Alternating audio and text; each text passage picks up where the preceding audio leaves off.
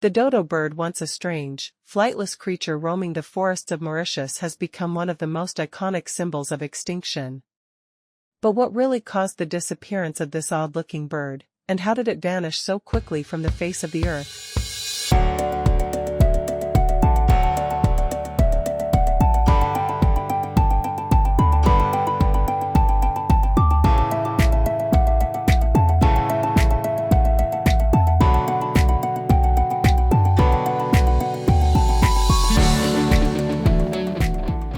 The story begins in the late 1500s, when Portuguese sailors first arrived on the island of Mauritius, a remote tropical paradise in the Indian Ocean.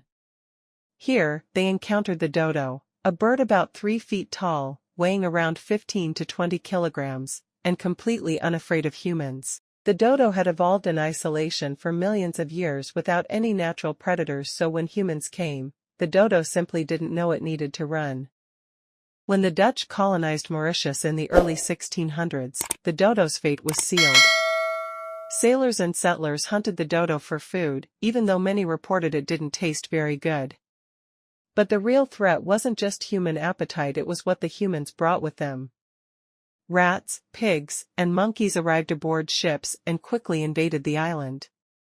These animals devoured dodo eggs, which were laid on the ground and left completely exposed. With their slow breeding cycle and lack of defense, dodo populations plummeted fast. By 1662, just over 60 years after its first recorded sighting, the dodo was declared extinct. It was one of the fastest human-driven extinctions in history, and at the time, barely anyone even noticed. Ironically, for centuries, people believed the dodo was a myth. Because no complete specimen survived and many of the drawings were exaggerated or comical, some naturalists questioned if it had ever existed. It wasn't until the 19th century that enough fossil evidence was gathered to confirm the bird's real anatomy and its tragic fate. Today, the dodo is more than just a bird that went extinct.